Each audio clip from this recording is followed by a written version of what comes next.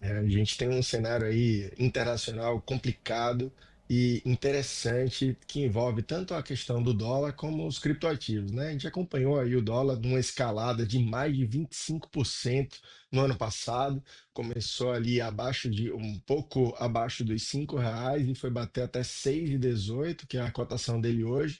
E quando foi nessa semana, mas no ano passado, né, segunda-feira, dia 30, entrou em vigor na Europa o MiCA, que é a legislação da regulamentação europeia dos criptoativos. E dentro dessa regulamentação chamou a atenção um fato, que é a maior stablecoin de dólar, ela não atendia os requisitos regulamentares para ser tradeada, para ser negociada nas exchanges europeias.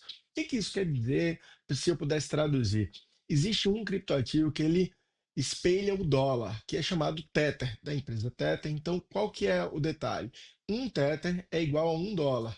Esse criptoativo ele tem mais de 130 bilhões em circulação. Então, é uma moeda muito expressiva. Isso preocupa o mercado, porque esse criptoativo não vai mais poder ser negociado em exchanges europeias, porque a nova norma de regulamentação exige que um determinado percentual seja alocado dentro de instituições financeiras para garantir aí a segurança dos investidores. Muita gente está falando que isso é uma espécie de protecionismo do mecanismo central, do mecanismo tradicional, né, das instituições bancárias contra o setor de criptoativos, e o outro lado defende que isso é uma medida de proteção. Então a gente tem um cenário aí que envolve mudança na regulamentação europeia e a posse do Trump, que promete aí algumas medidas de protecionismo ao mercado americano. Isso tudo traz um desafio gigante para o nosso novo presidente do Banco Central, que é o Galípolo, né?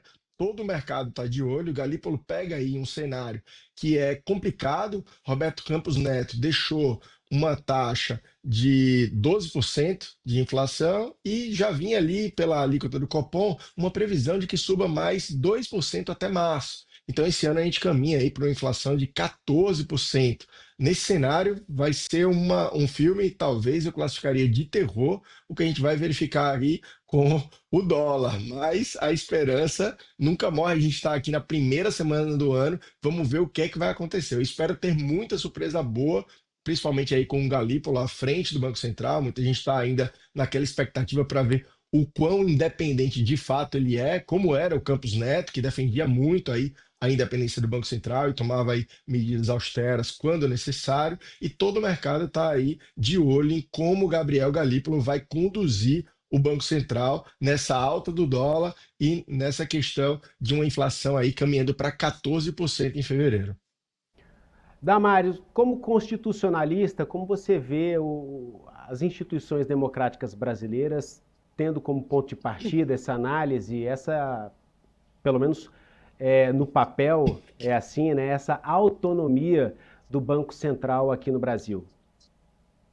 A gente já começa 2025 com uma aula aí de economia e finanças do Tiago, que infelizmente não foi tão auspiciosa como a gente espera, mas como ele mesmo ressaltou, eu acho que o mundo inteiro está num cenário de bastante apreensão. Na primeira semana nós tivemos também um Cybertruck do Elon Musk, da Tesla, explodindo em frente ao hotel do Trump, em Las Vegas. E é interessante destacar um ponto que o Tiago ressalta sobre a autonomia e a interconexão dos mercados, tanto na área do Poder Judiciário, da Suprema Corte, quanto na área de criptoativos, nós vemos mercados globais cada vez mais interligados. E uma tendência de protecionismo europeu que, a princípio, não está alinhada com a linha que veio defendida durante a campanha de Trump. E Elon Musk também é emblemático, né, esse Cybertruck que explodiu na porta do hotel do Trump, porque o Elon Musk já tinha assumido um papel central durante as eleições, prometendo, inclusive, doações de US$ 1 milhão para cada voto em Trump.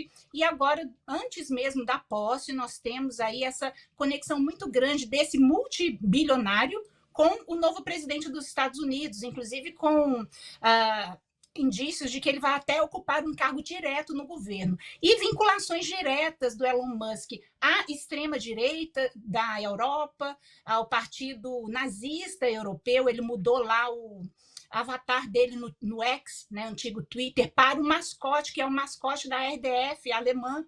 E coincidentemente, essa rusga do Elon Musk com o ministro Alexandre de Moraes. Então, vejam vocês como no quebra-cabeça global nenhuma peça fica fora do lugar, né? A gente começa com Trump, bitcoins, moedas virtuais, bancos centrais, instabilidade na União Europeia e chegamos até o Elon Musk e a briga antiga dele com Alexandre de Moraes. Temos também que esperar um ano muito movimentado, não apenas nesse cenário econômico, financeiro que o Tiago destacou, mas na própria Suprema Corte, tanto nos Estados Unidos como no Brasil também. Uma peça sempre se coloca aí, que é o Alexandre de Moraes, né? Sempre no final do jogo tem um Alexandre de Moraes com alguma briga.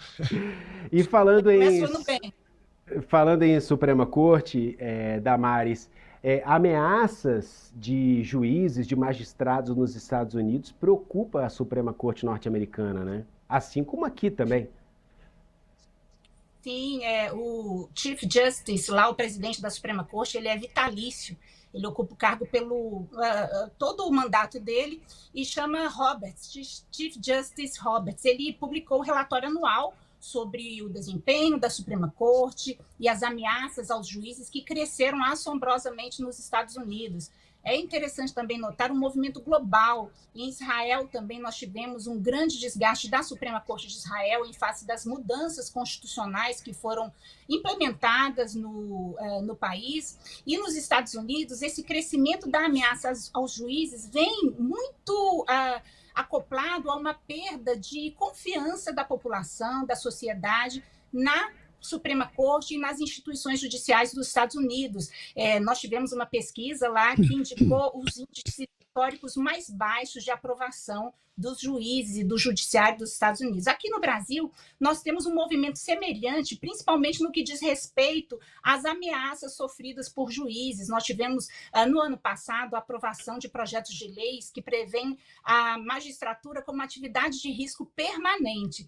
E é curioso a gente destacar para quem nos assiste, né, se julgar é uma atividade de risco permanente, né, tem que ter apoio policial, proteção familiar. Essa atividade de risco também está sendo, nessas discussões legislativas, ampliada para o Ministério Público e para os advogados públicos. E aí a pergunta que fica para o Tiago, para mim e para os outros advogados privados, né? Será que nós vamos estar também enquadrados nessa visão de que a justiça, a operação da justiça, o judiciário, nesse contexto internacional, é por si só uma atividade de risco? Então, é um movimento que foi apontado nos Estados Unidos, estamos enfrentando aqui no Brasil também com as críticas ao Supremo Tribunal Federal, aconteceu em Israel. Então, as crises das democracias globais, elas são um pouco também as crises das Supremas Cortes ao longo do mundo, em um movimento que, a julgar pela eleição de Trump, pelo posicionamento do Elon Musk, não vai arrefecer nos próximos 4 anos, pelo menos.